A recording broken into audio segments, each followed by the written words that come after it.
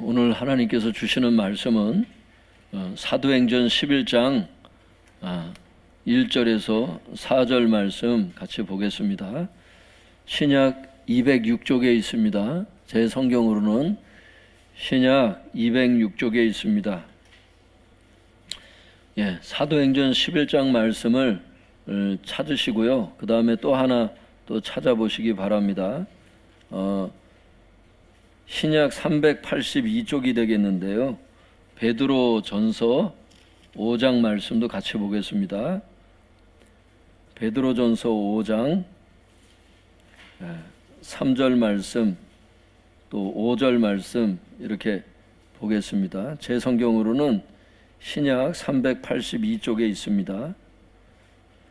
먼저 사도행전 11장에 있는 말씀 읽고 그 다음에 베드로전서 5장에 있는 말씀도 같이 읽어보겠습니다.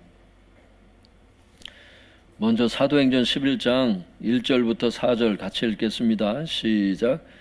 유대에 있는 사도들과 형제들이 이방인들도 하나님의 말씀을 받았다 함을 들었더니 베드로가 예루살렘에 올라갔을 때에 할례자들이 비난하여 이르되 내가 무할례자의 집에 들어가 함께 먹었다 하니 베드로가 그들에게 이 일을 차례로 설명하여 그 다음에 18절 말씀도 같이 읽어보겠습니다. 사도행전 11장 18절 시작. 그들이 이 말을 듣고 잠잠하여 하나님께 영광을 돌려 이르되 그러면 하나님께서 이방인에게도 생명 얻는 회개를 주셨도다 하니라. 이게 본문 말씀이니까 잘 표해 두셔서 이따가 또 보도록 하겠습니다. 베드로전서 5장에 있는 말씀도 읽어보겠습니다. 베드로전서 5장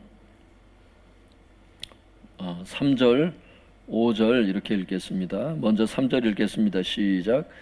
맡은 자들에게 주장하는 자세를 하지 말고 양무리의 본이 되라. 5절입니다. 젊은 자들아 이와 같이 장로들에게 순종하고 다 서로 겸손으로 허리를 동이라. 하나님은 교만한 자를 대적하시되 겸손한 자들에게는 은혜를 주시느니라. 아멘. 기도하겠습니다. 하나님 아버지, 이 시간 주님의 음성을 듣길 원합니다. 이 시간 무익한 종을 써주셔서 주님의 말씀을 잘 전달하게 하시고 이 시간 주님께서 각 영혼에게 말씀해 주시기를 원합니다. 말씀에 힘이 되고 능력이 되게 하시고 하나님 아버지 말씀대로 우리의 삶을 수정하고 고치고 하나님 기뻐하는 삶을 살 수 있도록 은총을 베풀어 주시옵소서. 말씀을 빼앗는 악한 원수마귀 역사 아버지 다 물리쳐 주시고 이 시간 말씀 놓치지 않도록 은총을 베풀어 주시옵소서. 예수님 이름으로 기도드려 싸움나이다. 아멘. 성도님들 오늘 베드로전서 11장 1절부터 18절 말씀까지인데 다 읽어보지는 않을 거예요. 왜냐하면 그 전에 성도님들이 많이 보셨던 또 말씀이 있습니다. 그래서 그 말씀을 다시 전할 마음은 없어요. 다만 이 말씀 가운데서 우리에게 주시는 교훈을 보려고 해요. 그런데 이제 전체 줄거리의 제목은 알아야 되기 때문에 한번 따라해 보겠습니다. 베드로의 변론과 고넬료 사건의 결론. 다시 한번 해보겠습니다. 베드로의 변론과 고넬료 사건의 결론.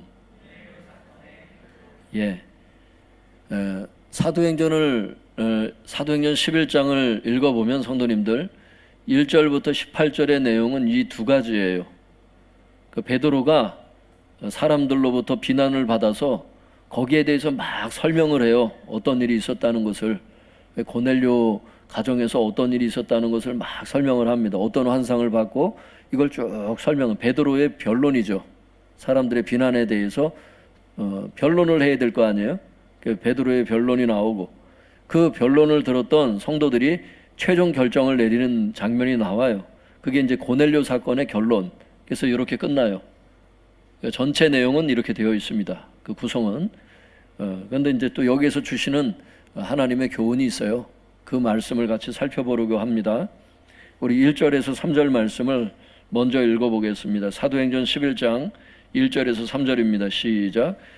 유대에 있는 사도들과 형제들이 이방인들도 하나님의 말씀을 받았다 함을 들었더니 베드로가 예루살렘에 올라갔을 때에 할례자들이 비난하여 이르되 내가 무할례자의 집에 들어가 함께 먹었다 하니.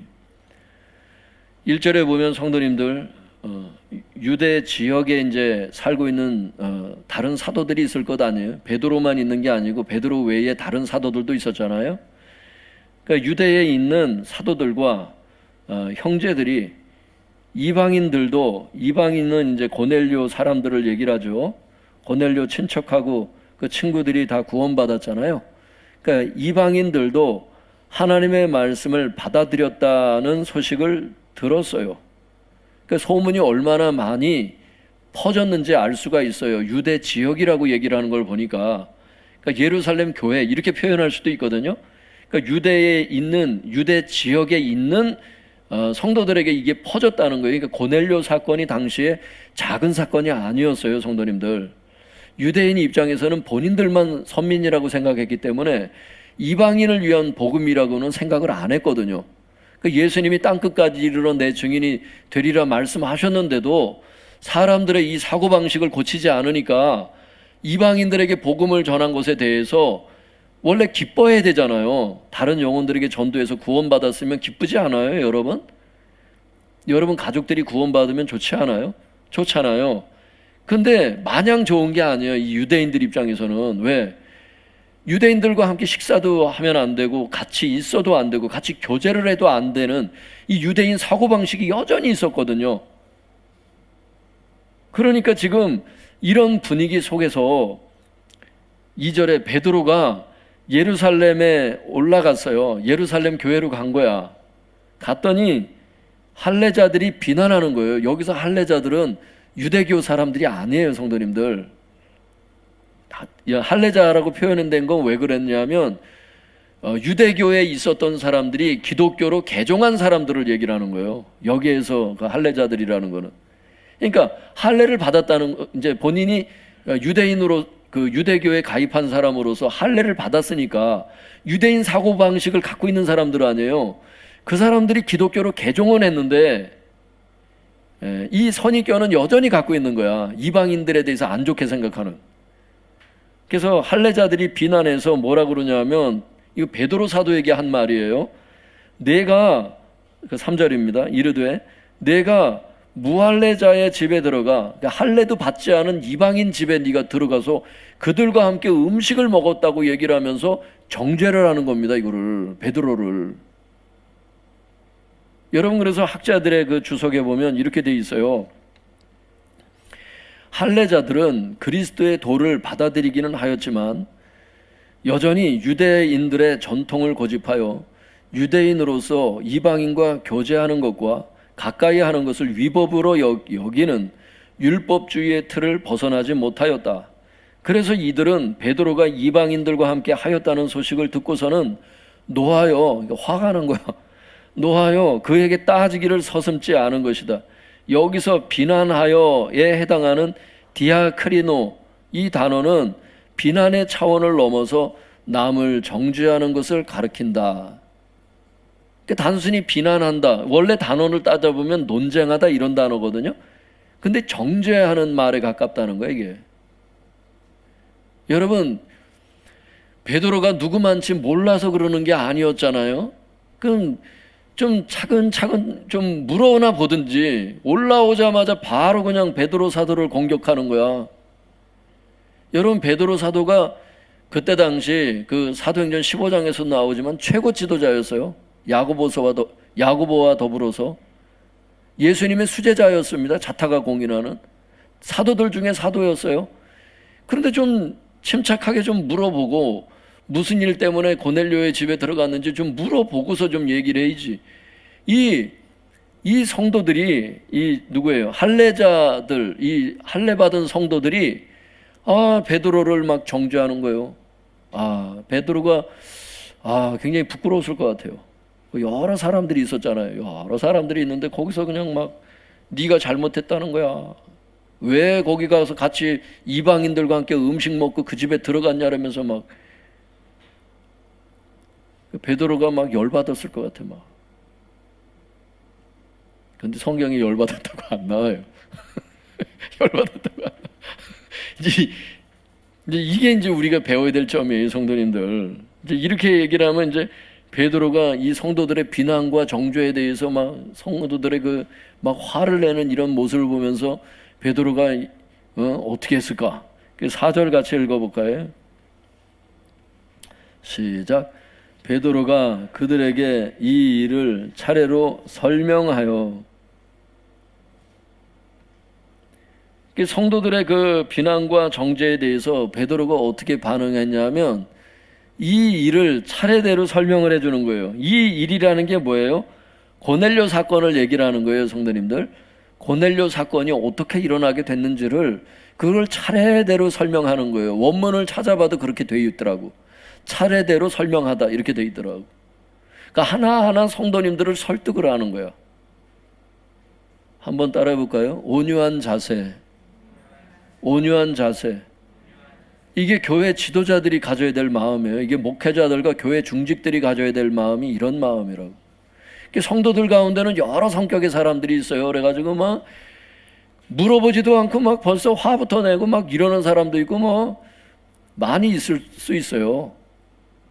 그 사람들을 다 그걸 맞춰줘야 되는 거예요. 그거를 같이 이렇게 막 같이 마음이 들뜨면 안 되고. 예. 그러니까 베드로가 이거 잘 보세요. 4절을. 베드로가 성도들에게 화를 내거나 내가 사도라고 그러면서 사도의 권위로 내가 목회자인데 그러면서 그 목회자의 권위로 밀어붙이지 않고 차근차근 설명해 줬다는 게 이것이 중요한 거예요, 성도님들. 차근차근 설명한 게 어디 있는 줄 아세요? 5절부터 17절까지 베드로가 계속 설명하는 거예요. 이렇게 길게 설명하는 거를 누가가 이거 사도행전에 이걸 다 기록을 했어요. 누가복음을 기록했던 누가가 그 데오빌로 각하에게 보낸 게 이게 사도행전이잖아요. 그래서 이걸 다 그 베드로가 어떻게 성도들을 설명했는지 그걸 하나하나 다 기록을 해놨더라고. 이걸 파피루스 종이로 연결하면 이게 11m인가 10몇 미터가 된다 하더라고. 이 사도행전을 기록한 그걸 보면 10몇 미터가 나오더라고요. 이게 바클레이 주석을 보니까. 여러분 옛날엔 다 필사했잖아. 이거를 파피루스 종이에다가. 이런 책이 없었잖아. 누가가 기록했을 그 당시에. 근데 여러분 그래서 할 일이 없어서 이걸 또 기록한 게 아니에요. 여기 5절부터 읽어보면 하늘에서 그 이제 보자기 같은 게 내려오고 베드로에 잡아먹으라. 부정한 거 내가 먹지 않았으면 그 환상 또 나오거든. 그걸 다시 쭉 다 기록해. 그걸 다 하나님의 역사였다는 것을 누가가 확실하게 보여주기 위해서 그렇게 하는 거예요. 오순절 마가의 다락방하고 똑같은 성령님의 그 정도의 성령님의 강림하심이 고넬료 집안에도 있었다는 게 또 나와요. 고넬료 사건이 굉장히 중요했던 거예요. 그때 당시. 지금 우리까지 그 복음이 전달된 것을 알 수 있기를 바랍니다. 그 유대인들 입장에서는 이방인에게도 구원이 있다. 이게 상상이 안 되거든. 그때 당시는. 근데 오늘 대한민국 사람들도 예수님 믿고 우리도 구원의 확신을 얻을 수 있는 것은 여기 기록을 해놨잖아. 사도행전 11장에 이방인의 구원은 확실하다. 하나님도 하나님께서 유대인뿐만이 아니라 이방인들도 다 받으셨다. 할렐루야. 이거를 확증해 주는 거예요. 이게 바로 사도행전 11장에 아무것도 없던 시대, 유대교밖에 없던 때에 이 사도행전이 기록됐다고 생각해 보세요, 성도님들. 우리는 지금 여러 번 읽었으니까, 그리고 우리가 구원을 받았으니까 내 구원이 굉장히 그냥 어떤지 모르겠지만 유대인들 입장에서는 대단했던 거예요, 그때 당시. 할렐루야. 그래서 이게 베드로의 오늘 제목이 뭐예요? 베드로의 변론과 고넬료 사건의 결론이잖아요. 베드로의 변론은 베드로의 설명을 얘기를 하는 거예요. 베드로의 설명이 5절부터 17절까지인 거예요. 이거를 다 읽을 필요는 없어요. 이미 앞에서 다 했기 때문에. 다만 중요한 것은 한번 따라해 볼까요? 베드로의 온유한 자세, 이것을 배우길 원합니다. 나중에 베드로 전서에 뭐라고 기록을 해놨냐면 베드로 전서 5장 3절을 같이 읽어보겠습니다. 오늘 두 개의 본문이 있다 그랬죠. 베드로 전서 5장 3절은 신약 382쪽에 있어요. 신약 382쪽에 보시면 베드로 전서 5장 3절 시작. 맡은 자들에게 주장하는 자세를 하지 말고 양무리의 본이 되라. 주장하는 자세, 맡은 자들이 누구예요? 주님께서 맡겨주신 양들에게, 그 뜻이에요. 주님께서 맡겨주신 양들에게 주장하는 자세를 하지 말라는 거예요. 왜? 똑같은 형제요 자매라고 말씀하시잖아. 마태복음 23장에 주님께서 분명히 가르치셨어요. 거기 보면 마태복음 23장 8절에 보면 너희들은 다 똑같은 형제라 그러셨어. 주님께서. 지도자는 한 분이시니 그리스도 예수시라. 할렐루야. 우리는 다 똑같은 형제요 자매입니다. 기능적으로 하나님께서 교회 질서 두시기 위해서 목사도 있고 여러 직분들이 있지만 기본적으로 다 똑같은 거예요. 우리는 형제고 자매고. 중직이다, 내가 무슨 목회자다, 성도들하고 차별을 두고서 무슨 내가 더 뛰어난 사람처럼 뒷짐지는 그거 아닙니다. 여러분, 그거 잘못 배운 거야. 혹시라도 그런 분 혹시라도 계시면. 그걸 누가 가르쳤어? 예수님이 그렇게 하라 그랬냐고. 예수님은 제자들 보고 내 친구라고 그러셨는데 우린 친구가 될 수 없어. 형제들하고 마음이 얼마나 높은지. 내가 니까지 것 하고 어떻게 친구가 되겠냐고. 예전에 암에 걸려서 돌아가시는 어떤 권사님이 있었거든요. 예전에 제가 섬기던 교회 거길 찾아갔더니 그 권사님이 돌아가시기 전에 그 얘기를 하더라고. 예전에 이렇게 교회에 식당이 있잖아요. 그러면 섬기시는 분들이 있잖아. 음식을 하시는 성도님들이 계시잖아요. 거길 내려가서 속으로 그랬다 그러더라고. 내가 교회니까 누구들하고 이렇게 내가 얘기를 하지, 내가 너희들하고 내가 얘기할 사람이냐? 속으로 그러면서 그 사람들을 대했다 그러더라고. 교회 식당에서 섬기는 저 성도님들을. 근데 나중에 돌아가시기 전에 그걸 다 회개하고 돌아가시더라고. 그걸 다. 여러분, 내가 권사라고, 내가 뭐 중직자라고, 내가 목회자라고, 성도들이 종이 아니거든요. 자기 종이 아니야. 주님의 종이지 자기 종인가? 이 사고방식을 뜯어고치지 않으면 여러분, 교회 안에서 특별히 이게 중직자들일수록 뒷짐지고 막 반말하고 막 자기 종처럼 부리는 수 있어요. 예전에 제가 있었던 교회에서도 물론 이유가 있었겠지만 전화해서 이래요. 나 어딜 가야 되는데 저 차 가지고 일로 오라고. 뭐 이런 식이야. 너무 당당해. 성도에게 자기가 운전을 못해서 좀 태워달라고 부탁하면 모르겠지만 이 목사님이 가시는데, 이 부목사님이 가시는 데마다 그 성도들이 그렇게 다 자기 무슨 그건 뭐라 그래, 기사야. 기사, 택시기사.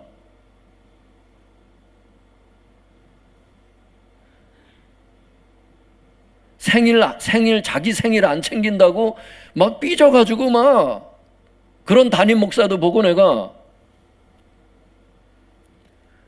성도들이 이렇게 있어요. 내가 여러분 누구라 그러면 여러분 그 목사님 이름을 아는 분이야. 그분이 말할 수는 없지만 큰 기도원도 저 교회에서 운영하고 교회 TV에서 나오는 어떤 훌륭한 목사님 계시는데 그분이 형님으로 모시는 목사님이 한 번은 그 교회 기도원을 이렇게 갔는데 어떤 집사님이 이렇게 있었어요. 우리 옆에 다 있었는데 갑자기 그 집사님한테 그러더라고.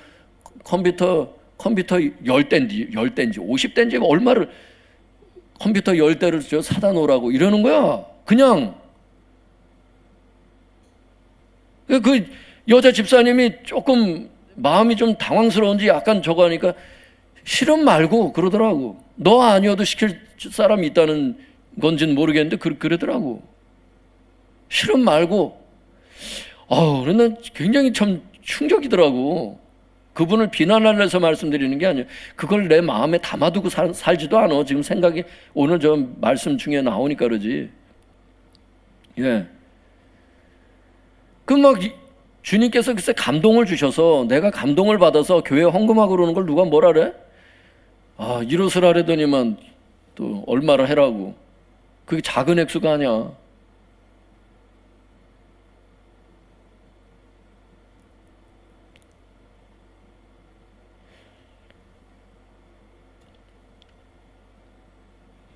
성적으로도 또 못된 짓을 하고. 통일교 같은 이단은 아예 그러잖아. 첫날 밤은 그 문선명하고 지냈잖아. 그 피가름인가? 그 교리 중에 그게 있다며요. 그래도 아무 말도 못해. 아유.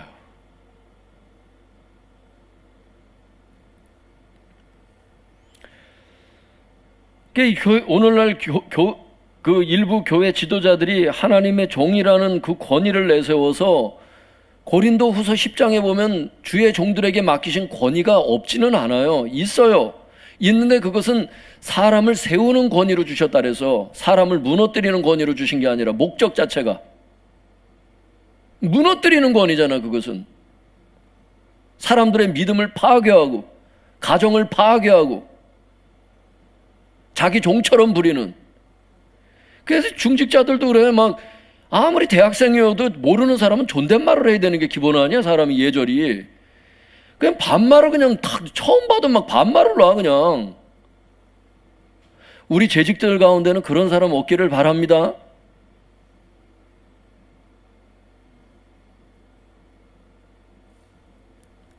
하여튼 그런 게 있어요. 성도님들. 성도들 위해 막 굴림을 해. 굴림을. 자기 왕국 세우고 자기가 없으면 교회가 안 될 것처럼 얘기를 하고. 아니요, 주님께서는 저에게 말씀하시더라고. 너 아니어도 담임 목사 시킬 사람이 있으니까 절 보고 겸손하라 그러시더라고. 3번을.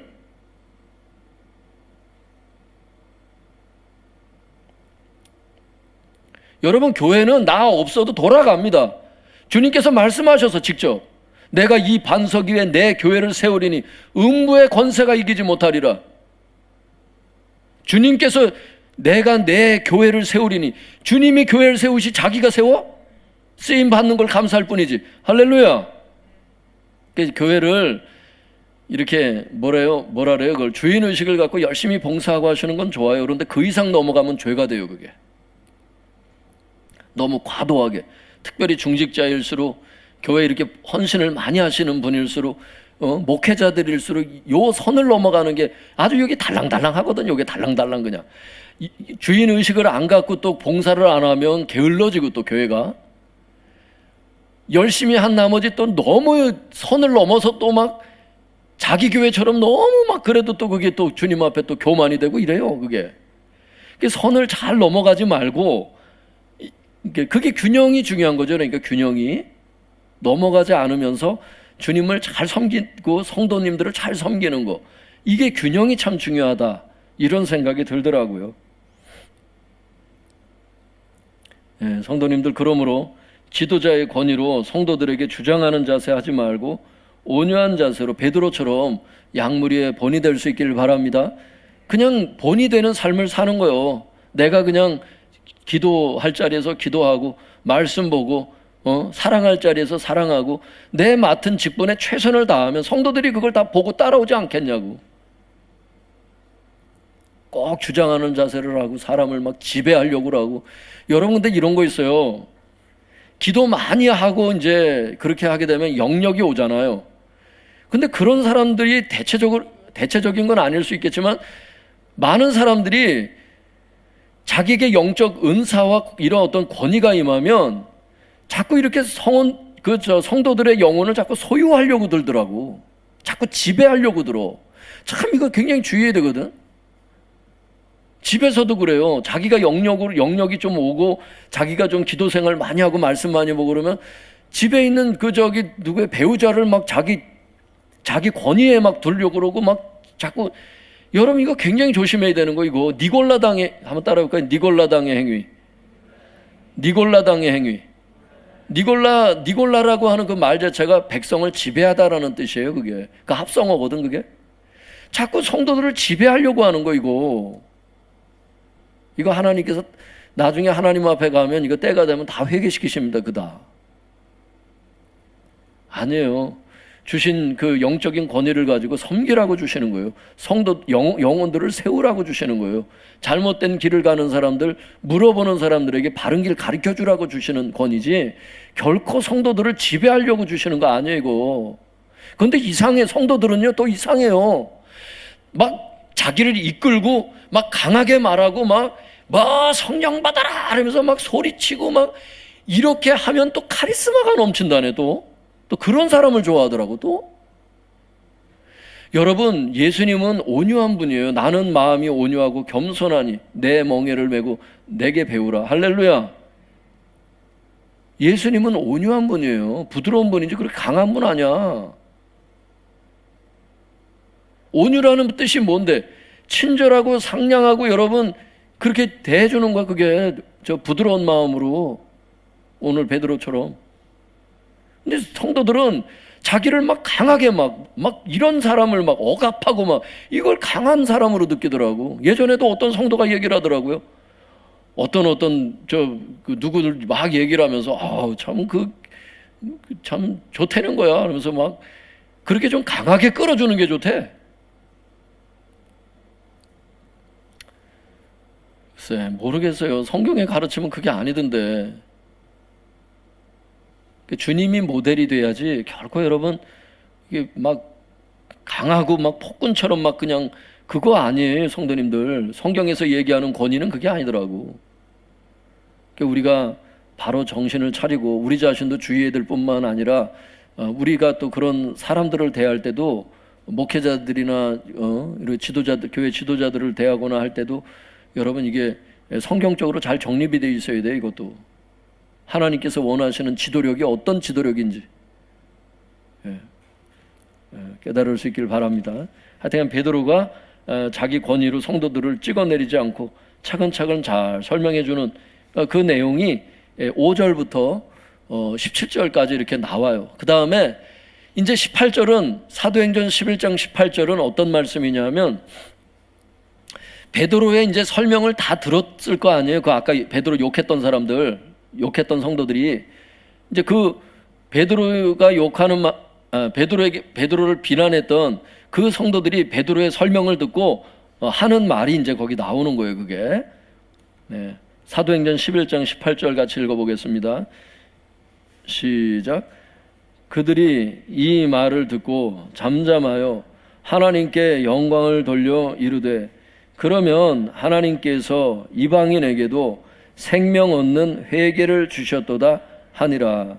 그러니까 그들이라는 것은 성도님들, 베드로를 비난했던 할례자들 성도들을 그들이라고 얘기를 했고, 이 말이라는 것은 5절부터 17절까지의 베드로의 그 설명을 얘기하는 거고, 생명 얻는 회개라는 것은 생명에 이르는 회개, 이런 뜻이에요. 원문을 찾아보면 한번 따라해 볼까요? 생명에 이르는 회개. 여기서 생명은 구원이라는 단어하고 똑같이 쓰였어요. 똑같아요. 구원에 이르는 회개라는 뜻이에요. 인간은 회개를 하고 하나님은 구원을 주신다, 이런 의미예요. 요걸 풀었으면 그러면 이런 뜻이에요. 18절의 뜻은, 베드로를 비난했던 할례자 성도들이 베드로의 설명을 듣고 잠잠하여 하나님께 영광을 돌려 이르되, 그러면 하나님께서 이방인들에게도 생명에 이르는 회개를 주셨다 하니라. 자기가 잘못된 생각을 가지고 베드로를 비방했던 그 사람들이 베드로의 올바른 베드로의 설명을 듣고는 베드로의 말이 맞으니까 자기 잘못을 꺾는 거예요. 그러니까 베드로도 훌륭하지만 저는 이 성도들도 훌륭하다고 저는 생각이 들더라고. 그래서 주석에서는 이렇게 얘기를 해요. 18절을 이렇게 주석합니다. 학자들이 이 일을 제기하던 할례자들은 베드로의 차분하고 논리 정연한 설명에 이처럼 더 이상 입을 열지 못하였다. 더욱이 잠시 잠잠한 후에 그들은 그리스도인답게 하나님의 역사 앞에 순종하고 그 뜻을 받아들이는 표시로 하나님께 영광을 돌렸다. 그러면이라는 말은, 거기 18절에 그러면이라는 말이 나오잖아요. 그러면이란 말은 그 전에 어떤 말을 전적으로 수긍하는 말이다. 적어도 본장에 등장하는 할례자들은 베드로의 말에 순복했다. 자기 말이 자기가 말했던 것이 베드로 설명 듣고 보니까 틀렸거든. 그러니까 베드로 말에 전적으로 순복을 했다는 거예요, 이 할례자 성도들이. 한편 본문의 내용처럼 예루살렘 교회의 제자들이 이방인들에게도 구원이 있을 수 있음을 인정함으로 이제 이방 선교는 그 정당성을 인정받게 되었다. 이제 이방 선교에 대해서 정당성을 인정했다는 거예요, 교회가.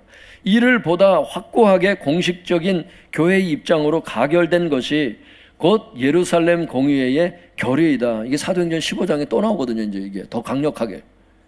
그러니까 그 전에 이방인 선교를 이렇게 가결한 것이 여기 또 나온다는 거예요. 그러니까 지금 학자들의 설명을 요약하면 두 가지죠. 첫 번째, 베드로를 비난했던 할례자 성도들은 결국 베드로의 말에 순복했다는 것이고, 둘째, 그래서 예루살렘 교회가 이방 선교의 정당성을 공식적으로 인정했다는 것입니다. 이 두 번째 사실이 고넬료 사건의 결론이에요. 교회가 공식적으로 인정했다. 고넬료 그 사건에 대해서 공식적으로 인정했다. 이게 고넬료 사건의 결론이에요. 오늘 그래서 그 설교 제목을 그래서 그 두 가지로 얘기를 한 거예요. 예, 그래서 이 두 번째 내용이 오늘 본문 전체 그 줄거리의 핵심 중에 나머지 하나입니다. 이게. 여러분, 이 할례자 성도님들을 한번 보세요. 처음에는 진리를 잘 몰라서 베드로를 비난했지만 베드로의 설명을 듣고 하나님의 뜻을 이해하자 베드로 사도의 말에 순복하며 자기 잘못을 고치고 이방 선교를 인정하는 단계까지 들어가는 거예요. 그런데 성도님들 여기를 보면 한번 따라볼까요? 겸손한 자세. 겸손한 자세. 주님께서 목회자들에게는, 중직자들에게는 온유한 자세를 원하잖아요. 그런데 성도들에게는 겸손한 자세를 원하셔. 그게 여러분 베드로전서 5장 5절에 똑같은 베드로 사도가 얘기를 한 거예요. 지금 이거를 지금 베드로가 베드로전서 5장 5절 같이 읽어보겠습니다. 시작. 젊은 자들아, 이와 같이 장로들에게 순종하고 다 서로 겸손으로 허리를 동이라. 하나님은 교만한 자를 대적하시되 겸손한 자들에게는 은혜를 주시느니라. 5절에 보면 장로들아, 이렇게 젊은 자들아, 이와 같이 장로들에게 순종하고, 여기서 장로들이라는 게 목회자들을 얘기를 하는 거예요, 성도님들. 1절부터 보면 나는 함께 장로된 자다. 베드로 자신을 함께 장로된 자다 그러면서 사도를 얘기를 하는 거거든, 지금.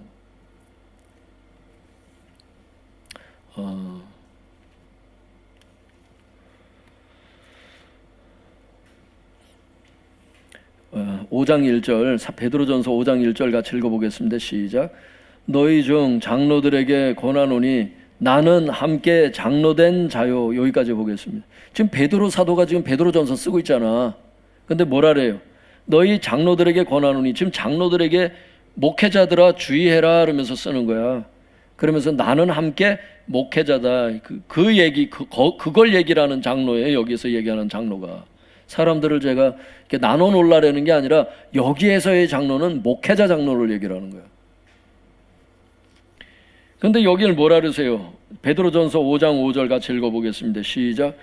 젊은 자들아, 이와 같이 장로들에게 순종하고 다 서로 겸손으로 허리를 동이라. 하나님은 교만한 자를 대적하시되 겸손한 자들에게는 은혜를 주시느니라. 여러분, 누구에 대한 교만을 얘기를 하는 거예요? 누구에 대한 겸손을 얘기를 하는 거예요? 문맥을 잘 보세요, 성도님들. 누구에게 순종하고 겸손의 허리띠를 동이라는 거예요?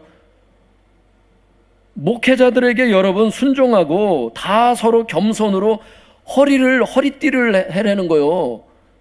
목회자들에게 순종하지 않고 목회자들을 대적하고 교만히 행동하는 게 허리띠가 없어서 바지가 내려가는 거하고 하나님 앞에 똑같답니다. 목회자의 권위를 나타내려고 지금도 설교하는 게 아니죠. 제가 지금 오늘 두 가지 교훈이 있기 때문에 말씀드리는 거죠. 여러분, 그래서 결론이 이거잖아요. 거기 5절에 보면 하나님은 교만한 자를 대적하신대잖아. 누구에게 교만한 자?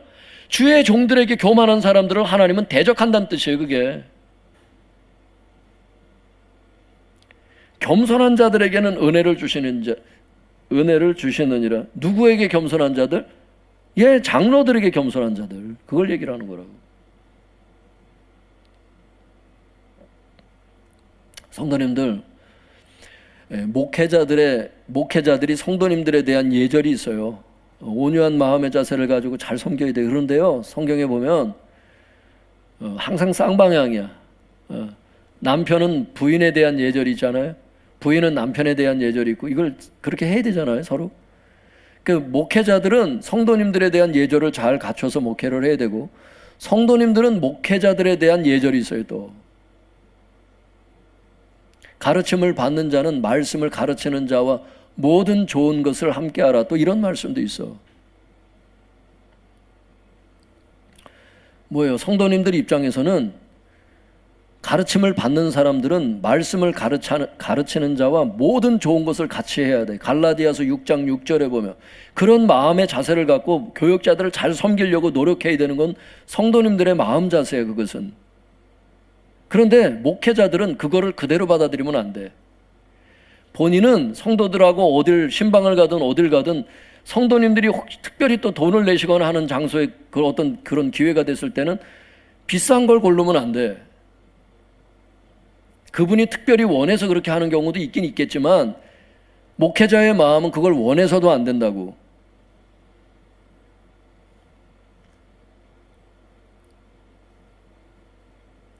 예전에 몇만 명 되는 교회 제가 있었잖아요.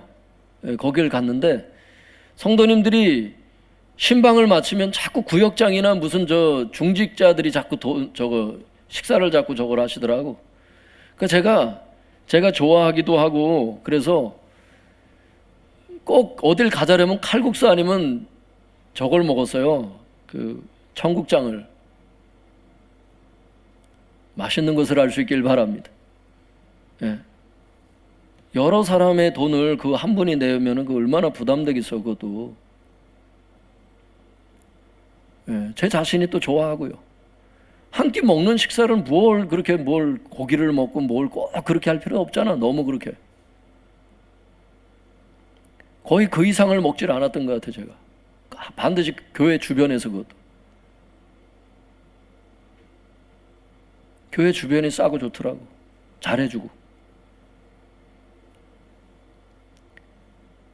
정신을 차리지 않으면 성도들이 대접해 주는 대로 다 받겠더라고.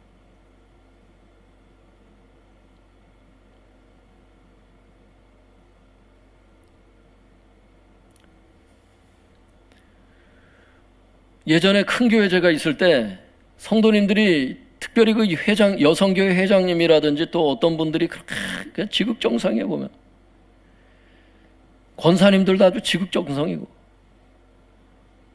내가 아주 한정식 집을 다 돌아다녀 봤잖아.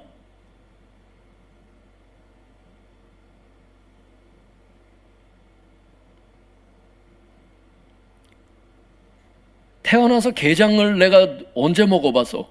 갑자기 뭘 어딜 데려가시더라고. 그랬더니 뭐 제주 갈치부터 시작해서 무슨 게장집부터 시작해서 그것도 하도 먹으니까 이제 아주 내가 집에 들어오면 집사람이 그래요. 사모님이 오늘 좀 고기 좀 먹자고 이러면 전 그때 몰랐어요. 제가 집에 들어가서 이랬어요. 건강에도 좋지 않은 걸 뭘 그렇게 자꾸 먹으려냐고. 그냥 간단히 먹자고. 밖에서 실컷 먹고 오니까 집에 들어가니까 담백한 걸 먹고 싶어. 맨날 집에 가면 김치 먹고 싶고 이러지. 사모님은 계속 남편 기다리다가 어쩌다가 좀 고기 좀 먹자 그러면 내가 그거 뭐 고기 그 건강에도 안 좋은 걸 이렇게 나중에 알았어요. 그거를 제가 왜 그러는지를. 이렇게 무심해 이렇게.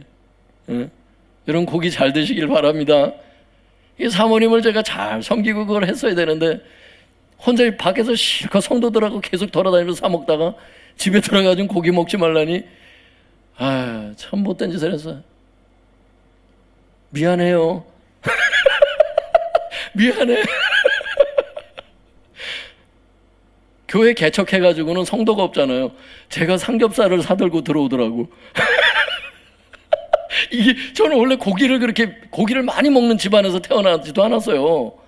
그렇게 부모님이 고기를 그렇게 막 좋아하신 것 같지도 않았고, 좋아는 하시겠지만 또 경제적인 것도 있었겠죠. 일반 집에서 뭘 그렇게 많이 드시겠어요, 누구나. 고기를 이렇게 썩 찾는 사람도 아니었고, 우리 사모님은 다 알지만 결혼해서 지금까지 알잖아요, 저를. 근데 그렇게 한동안 성도님들하고 그렇게 큰 교회에서 계속 있다 보니까 이 고기가 입에 익은 거야, 이젠. 행복한 줄도 모르고. 개척해서 그거 행복인 줄 알았네. 아버지가 그 김장을 하면은 김장을 보내주시고 뭐 가져오시기도 하고 그래요. 이렇게 뭐 상자가 몇 상자 돼. 그거하고 쌀하고 이렇게, 그러니까 김장을 보내주시면서 뭐라 하시냐면 이러시더라고.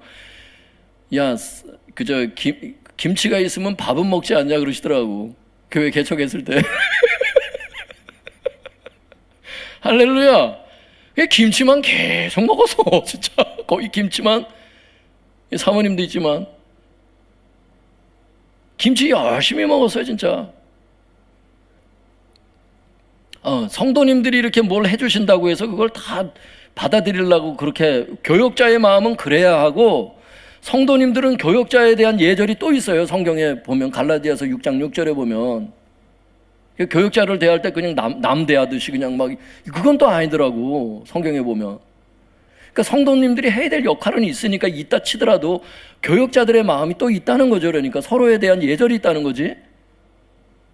이거를 헷갈리고 그냥 막 다 받으려면 안 돼. 그리고 저거 하고 그럴 때도 항상 주님 때문에 무익한 종이 대접을 받습니다. 이 마음을 갖고 진짜 살아야 돼. 이 마음은 진짜 항상 있어야 돼.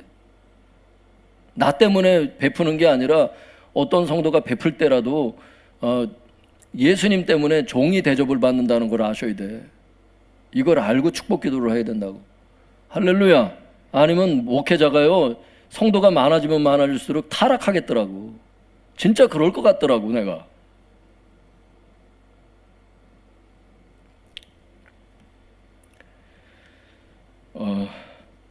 성도님들, 이제 요거 말씀드리고 말씀 마칠게요. 잘못은 누구나 할 수 있는 것 같아요, 성도님들. 우리가, 저를 포함해서 우리는 너무 참 실수가 많잖아요. 그러니까 잘못은 누구나 할 수 있어요. 여기 할례자 성도님들도 이제 베드로 사도한테는 좀 과했죠. 좀 실수를 했어. 사람들 앞에서 그렇게 하면 안 되는데. 근데 잘못은 누구나 할 수 있습니다. 중요한 것은 잘못을 고칠 수 있는 사람이 되어야 한다는 것입니다. 특히 하나님께서 목회자를 통해서 말씀을 주실 때 그 말씀이 맞다고 느낀다면은 자기의 잘못을 고칠 수 있어야 합니다. 물론 이것은 겸손한 자세가 있을 때 가능합니다. 주님께서 목회자들을 세우셨습니다. 에베소서 4장 11절, 사도행전 20장 28절. 주님께서 목회자들을 직접 세우셨다고 거기 나와요. 세우셨습니다. 그래서 주님은 당신께서 직접 세우신 목회자의 권위가 실추되는 것을 원치 않으십니다. 실추돼가지고 권위가 실추돼서 말씀의 은혜 못 받으면 주님께서 좋아하시겠어요? 그건 아니라니까요. 바라기는 목회자의 권위에 겸손히 순복하시고 하나님께서 주신 말씀을 잘 경청하셔서 자기의 어떤 잘못이 있었다면 고칠 수 있는 이런 성도님들이 되셔서 끝까지 진리의 길을 걸어가시기를 바랍니다. 그리고 성도님들 집에 가셔서 우리가 주의해야 될 게 하나 있어요. 나는 우리 성도님들을 그런 분이 있다고는 나는 거의 생각 안 하는데요. 일부 때도 그 말씀을 당부드렸던 것 같아. 그 서울에 명성교회라고 있는데 큰 교회예요. 거기 보면 김상환 목사님이라고 계셔요. 그 김상환 목사님 그 설교를 한 번은 제가 듣는데 그분 설교를 그렇게 하시더라고. 여러분, 집에 가서 목사 욕을 하지 말라고. 애들한테 귀신 들어간다고 그 설교를 하더라고. 글쎄, 귀신까지는 모르겠는데 성도님들 이런 건 있더라고. 부모가 자기 자식들 보는 앞에서 자기 목사님 흉을 자꾸 보잖아요. 그러면 그 아이의 마음 가운데 목사님은 나쁜 사람, 이 생각이 들어서 설교를 들을 때마다 안 들어요. 집에 가서 전도사님 욕하잖아요. 그러면 전도사님을 우습게 생각해요, 애들도. 그러니까 부부끼리 욕할 수 있길 바랍니다.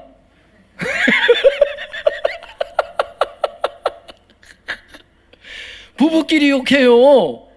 애들 있는 데서 자꾸 욕하지 말고 조용히 욕해. 근데 그렇게 욕하면 또 입이 틀어지니까 그것도 상갈 수 있기를 바랍니다. 예, 주님께서 또 하여튼 성경에 비판하지 말라. 그 비판으로 너도 비판을, 하나님께서 너를 그렇게 비판하시겠다고 성경에 나오잖아요. 너의 헤아림으로 하나님도 헤아리시겠다고 나오잖아. 그러니까 사람들한테 엄격하게 대하는 사람은 하나님이 나도 엄격하게 대하시겠대. 성경에 보면. 그게 있어요. 사람들에게 후덕하게 대하잖아요. 하나님도 우리를 심판하실 때 그렇게 하시겠대. 긍휼은 심판을 이기고 자랑하느니라, 이렇게 나와요. 긍휼이 넘치는 성도님들 다 될 수 있기를 바랍니다. 온유한 마음, 겸손한 마음으로 끝까지 신앙생활 승리할 수 있기를 바랍니다. 기도하겠습니다. 우리 주여 주여 세 번 부르짖고 말씀 붙잡고 기도하겠습니다. 주여.